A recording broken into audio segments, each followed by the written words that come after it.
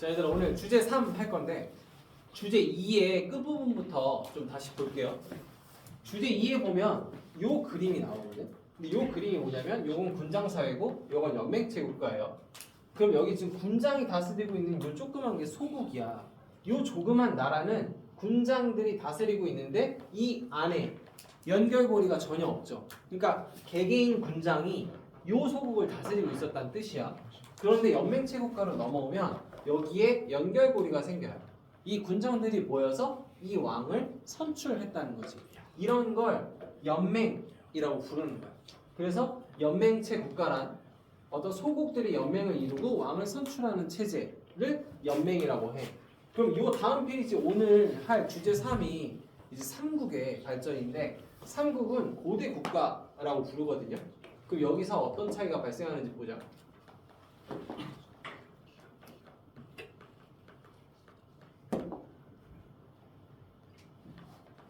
이렇게 하면 넘어가.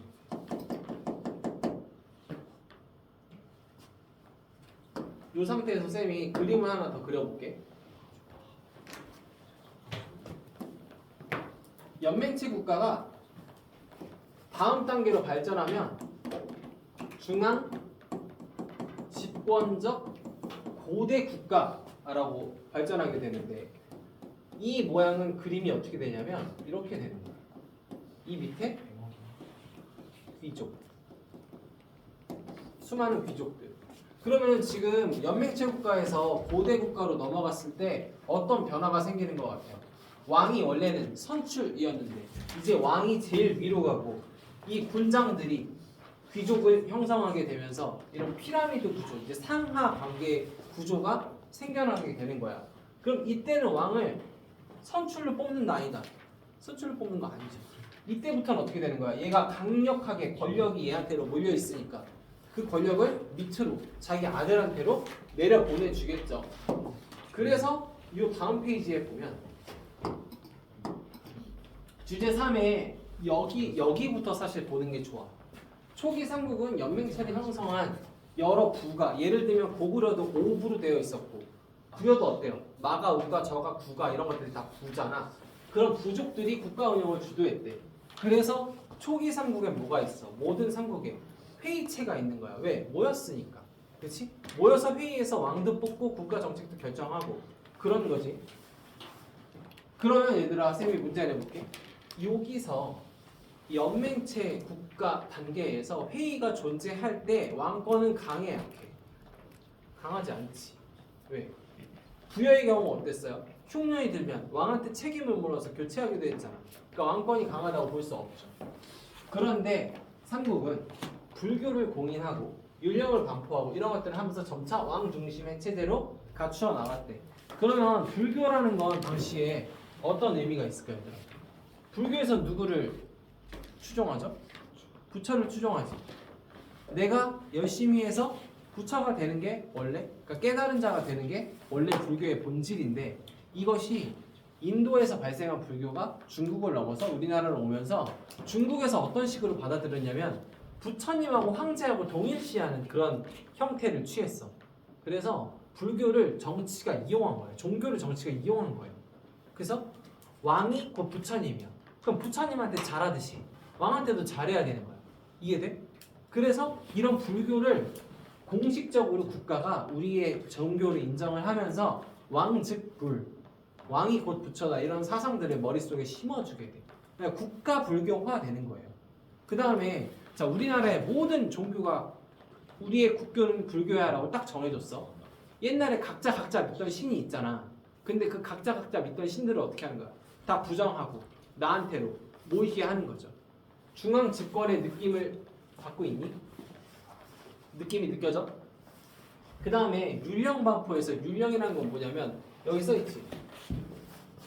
법이야 법. 그럼 얘들아 예를 들어서 너네가 어떤 회사를 차렸다고 생각해보자. 회사가 되게 조그마할 때 막 직원이 막 2명이야. 그리고 그냥 사장님 하나 있고 그럴 때는 어때요? 그냥 사장님 말이 곧 법이지. 그런데 이제 이 규모가 막 커지면 커질수록 막 직원들이 막 100명이야.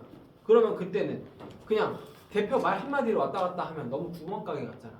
점점 어때요? 어떤 체계를 갖추고 조직을 갖추고 어떤 규칙을 갖추고 회사는 정관을 갖추고 뭐 이런 법에 따라서 운영해야 그 나라가 좀 더 체계 있는 나라잖아. 그래서 이런 것들을 하면서 더 체계를 갖춰 나간다라고 볼 수 있고 관등제라는 게 뭐야? 관리의 등급이지. 그럼 관리가 10등부터 9등급, 8등급, 7등급 쭉 이렇게 오면서 만약에 그럼 관리 1등급 관리가 있어. 그럼 그 위에는 뭐야? 왕이지. 그치? 그럼 관리들을 등급화한다는 것 자체가 왕을 최정점으로 하는 어떤 이런 피라미드를 구성하는 그런 느낌이죠. 그래서 이런 것들을 하면서 점차 왕 중심의 중앙으로 권력이 모이는 중앙 집권적 고대 국가가 되어 간다는 거야. 그래서 모든 삼국이 다 관등제가 있었대. 그리고 관등에 따라 정해진 관복을 입는데요. 색깔이 다르겠죠. 여러분도 지금 1학년 무슨 색깔이야? 파란색. 2학년 빨간색, 3학년 초록색 이런 것처럼 그거 자체로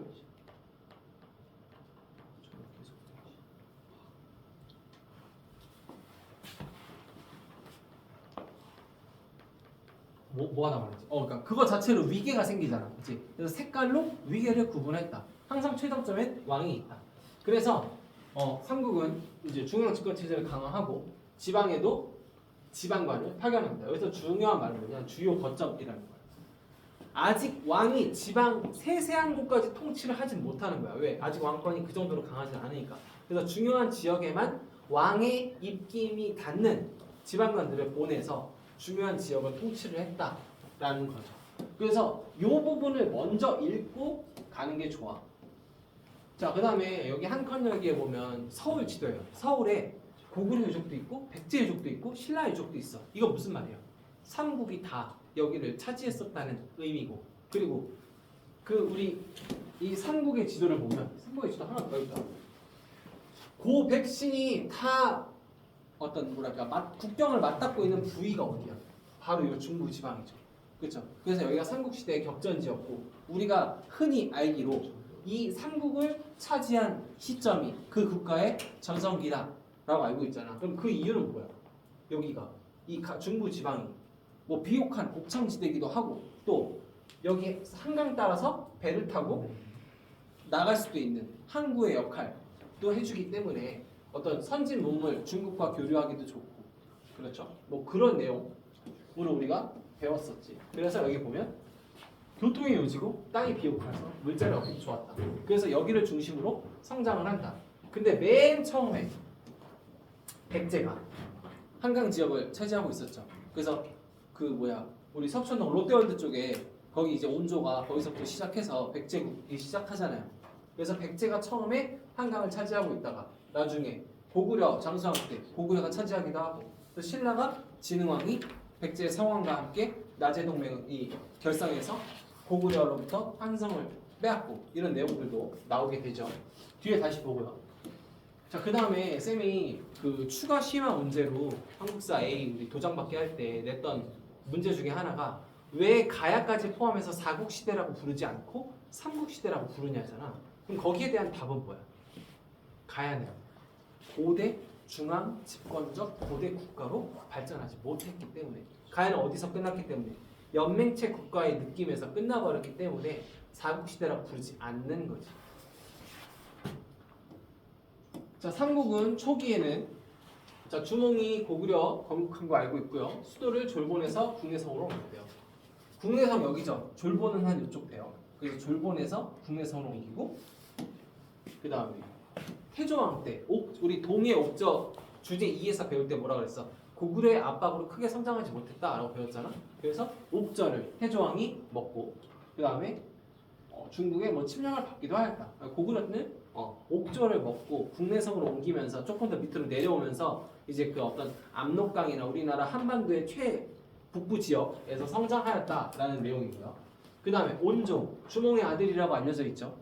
그래서 주몽의 아들이었던 온조가 내려와서 한강 하류의 토착 세력과 합해서 백제를 공격하였다. 만의 여러 소국이었지만 시작한 지역이 좋아서 빠르게 성장했다. 그 다음에 고이영 때 한강 유역을 완전히 장악하면서 백제가 발돋움하기 시작하였다.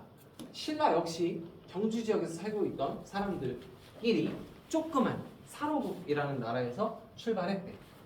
그 다음에 박석김 세성씨가 번갈아 왕위에 올랐대. 얘들아 이거 자체가 뭘 의미하는 거야? 박석김의 연맹 왕국이었다는 거지. 그치? 돌아가면서 왕위를 차지했대. 그럼 뇌물마리간 때 김씨만 왕위를 세습하게 됐잖아. 그럼 뇌물마리간 전과 후는 어떤 차이가 있는 거야? 돌아가면서 왕위를 차지한다는 거야. 왕권이 약하다는 거지. 왕권이 세면 야 뭘 돌아가면서 해. 그냥 내 아들한테 할 거야 이렇게 되잖아. 근데 그걸 못했다는 건 왕권이 약했다는 걸 의미하는 거죠. 쌤이 손씨잖아. 쌤 경주 손씨인데 경주에 원래 이 사루국 요때 6개의 마을이 있었대. 그 마을의 촌장들이 박격거세를 이렇게 왕으로 뽑아서 세우고 시작한 건데, 그래서 그 6마을에 박격거세가 성씨를 하나씩 내려줬대.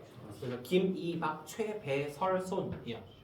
그래서 경주의 요 6성씨가 이 어떤 신라 사루국의 출발이다.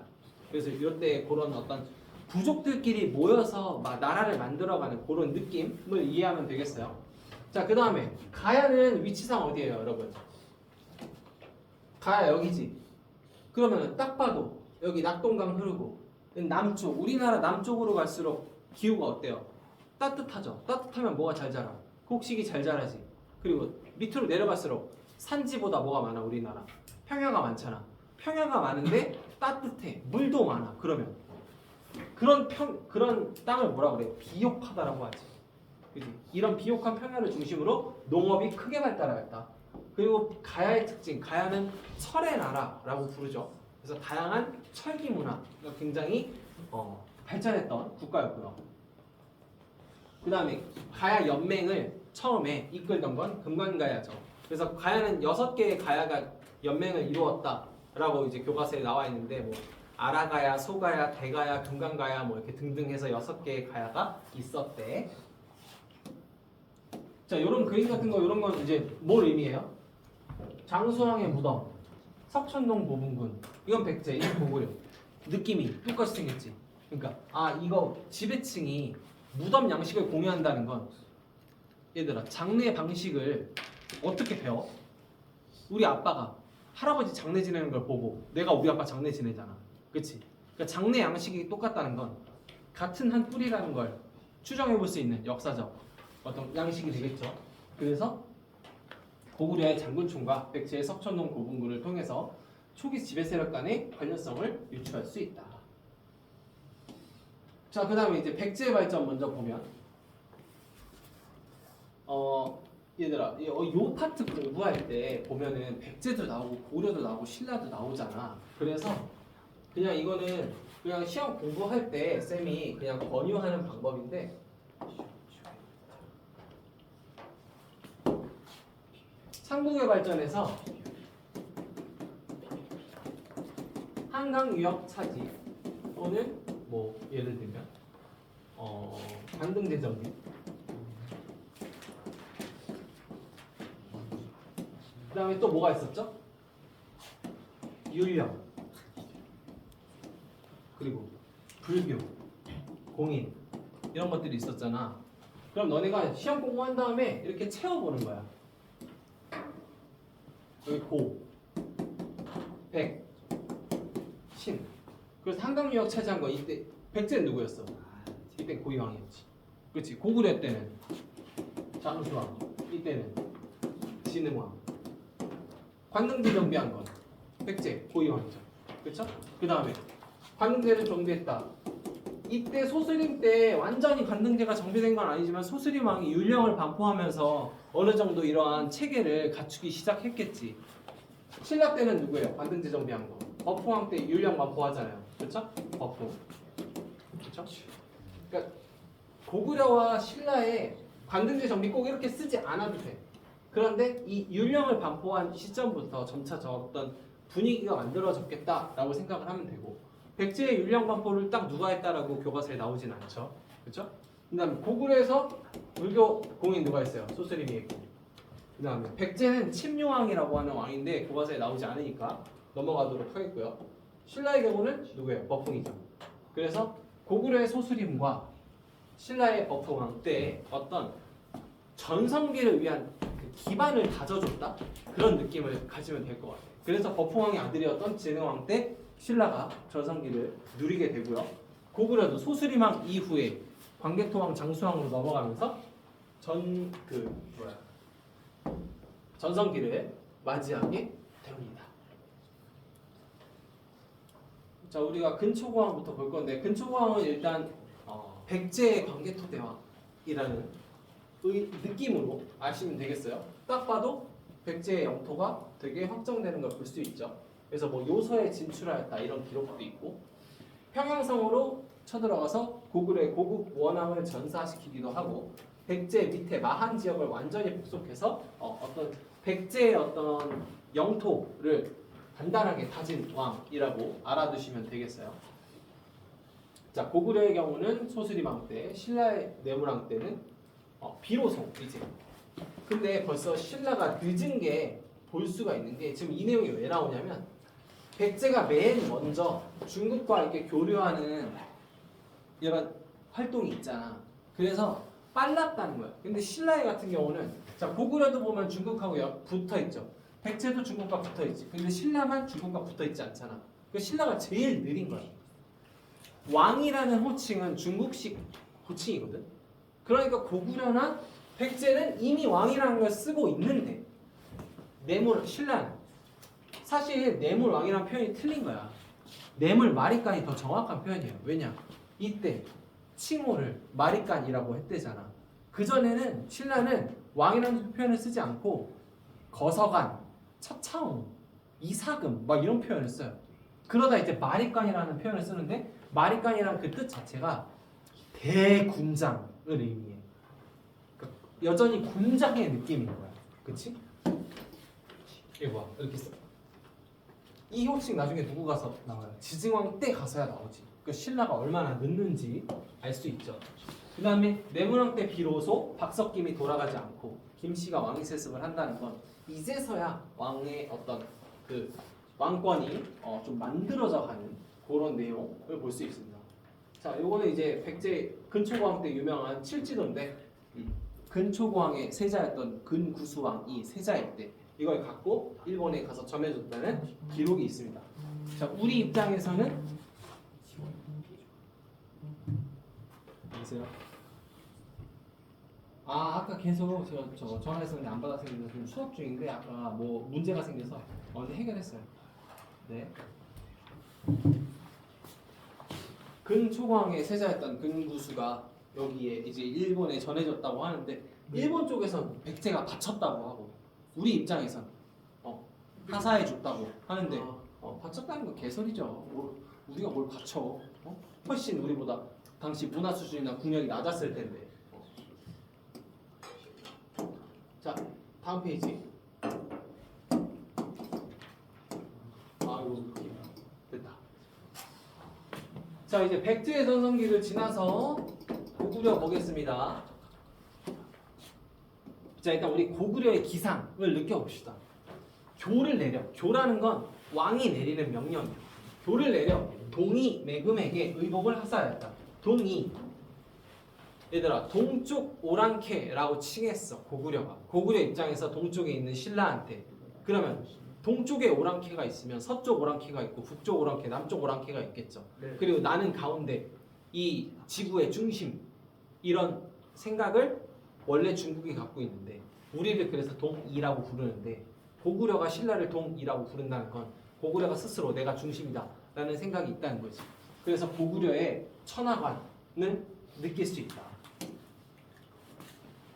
중국 못지않은 거대한 영토를 장악했던 광개토 대왕 주변으로 다 영토 넓히셨고요. 그렇죠? 그 다음에 신라에도 군사를 보내서 이 400년 전쟁 때 딱 그 기원 후 400년 때 백제가 외랑 가야랑해서 신라를 침공하니까 광개토 대왕한테 신라가 SOS를 쳤어. 그래서 신라가 광개토 대왕의 도움을 받아. 이때 가야가 타격을 입고 전기 가야연맹의 맹주였던 금관 가야가 힘을 잃기도 합니다. 이 사건을 400년 전쟁이라고 하는데 그때의 내용도 서술되어 있고 광개토 대왕이 이만큼 위로 넓혔다고 하면 장수왕은 뭐예요? 중국의 남북조, 그러니까 중국에 당시 있던 왕조들이에요. 그 중국의 왕조들하고는 교류를 하면서 밑으로는 남진 정책을 추진하고 평양으로 천도하면서 백제 고구려의 어떤 가장 역사상 최대 영토를 달성한 장수왕 때 한강 이남의 충청도 지역까지 진출해서 충주에 고구려 비를 세우고 자기 아빠 배달했던 아빠의 비석도 세우고요. 야, 사람 요만한데 이만한 돌이야.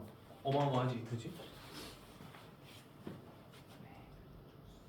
밖에다 세워놓으면 우리 여기 지금 세미나실 바깥에까지 올라왔을 것 같아, 그죠? 그럼 겁나 거대하지. 자, 백제는요 한강 뺏기고 충청도 공주로 수도를 옮깁니다. 수도가 뺏기고 왕이 죽었으니 얼마나 어지러웠겠어요, 그렇죠? 그럼 이 어지러웠던 백제는 어떤 게 필요했을까요? 백제의 중흥, 다시 흥하는 게 필요했겠지. 그래서 무령왕이 지방에 22개의 어떤 특별한 지역을 두고 왕족, 즉 우리 가족들을 지방에 보냈대. 왕이 어떤 느낌이나? 얘들아, 내가 그나마 믿을 수 있는 사람은 누구야? 가족이지. 그럼 내가 가족을 지방에 보낸다는 거야. 옛날에는 나랑 가족이 아닌 그냥 지방간을 파견했었는데 지금은 내 왕권이 많이 약해졌으니까 혹시 다른 애들을 보냈다가 걔네가 반란을 일으킬 수도 있고 걔네를 못 믿겠는 거야. 못 믿으니까 우리 가족을 보내는 거죠. 그렇지? 그만큼 백제의 왕권이 다운됐었다라는 걸 느끼게 되고 여기 보면 공주, 웅진이라고 하는 이 수도는 장수왕한테 한성을 뺏기고 쫓겨온 수도잖아. 그치? 그러니까 그 수도의 느낌이 어때? 너무 우울하잖아. 쫓겨 내려와서 어쩔 수 없이 만든 수도니까. 그래서 성왕이 어떻게 하는 거예요? 자력으로 옮기는 거예요, 수도를. 쫓겨온 수도의 느낌을 좀 없애는 거지. 내가 옮긴 수도야. 이런 느낌을 내는 거죠. 그래서 공주 옆에 부여, 당시 이름은 사비라는 곳으로 이름을 바꾸고 그 다음에 국호를 남부여라고 했대. 근데 부여는 우리 주제 2에서 나오던 거잖아. 고구려 이전에 있었던 국가였잖아. 그치? 그럼 이 부여를 이름으로 한다는 거야. 성왕 때는 벌써 백제 한참 나중 왕인데 맨 처음 백제가 건국될 때 시절에 부여의 의식이 이때까지 내려오고 있었다는 걸 의미하지. 그치? 심지어 백제 왕의 성 자체가 부여씨야. 쌤이 소신 것처럼 얘는 부여씨예요. 그래서 부여라는 어떤 계승 의식 이런 게 백제에도 있었다. 자, 그 다음에 쌤이 마지막에 설명했던 게 신라가 가장 발전이 늦었다고 했잖아. 중국과 가장 멀리 있어서. 그래서 신라는 6세기 들어서 지증왕 때 비로소 국호도 정하고 왕이라는 호칭도 사용합니다. 신라는 원래 국호가 사로국에서 출발했다고 아까 배웠잖아. 박격거세가 사로국에서 사로, 서라벌, 계림, 신라 너무 나라 이름도 뒤죽박죽 너무 많았어요. 그래서 이때 지증왕 때 뭔가 좀 정비하는 느낌. 그래서 국호를 신라로 정하고 국왕이라는 호칭을 사용하기도 하고 우상국, 울릉도 여기 지역도 복속을 시킨다.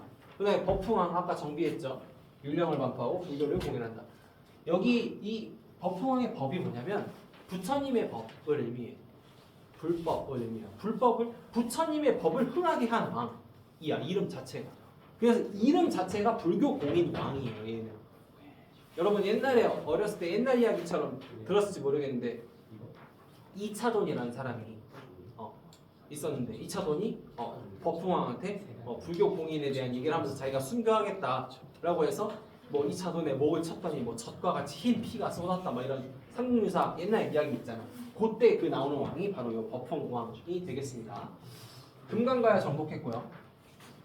백제 성왕은 고구려의 어지러운 그 내부 분열을 틈타서 진흥왕과 한강 유역을 되찾아. 자, 그래서 한강 유역을 이만큼 차지했는데 너네 생각에 이 한강 쪽하고 강원도 쪽하고 뭐가 더 좋은 땅 같아, 얘들아? 한강 쪽이 훨씬 좋아 보이지? 근데 백제랑 연합해서 이 땅을 따먹었어. 그럼 백제가 여기에 갔고 신라가 여기에 가는 게 상식적으로 맞잖아. 그래서 진흥왕이 강원도를 받았는데 생각해보니까 여기가 더 좋은 거야. 그래서 백제 성왕을 배신하고 어떻게? 백제 성왕을 배신하고 진흥왕이 한강 유역을 빼앗겠습니다. 빼앗고 대가야를 정복하고 이만큼 영토를 넓힙니다. 그리고 진흥왕이 자기가 넓힌 영토를 돌아다니면서 왕이 돌아다니는 걸 순수라고 해. 순수하면서 길을 창녕, 북한산, 황토령, 마음령 이렇게 4개를 세운다. 그 다음에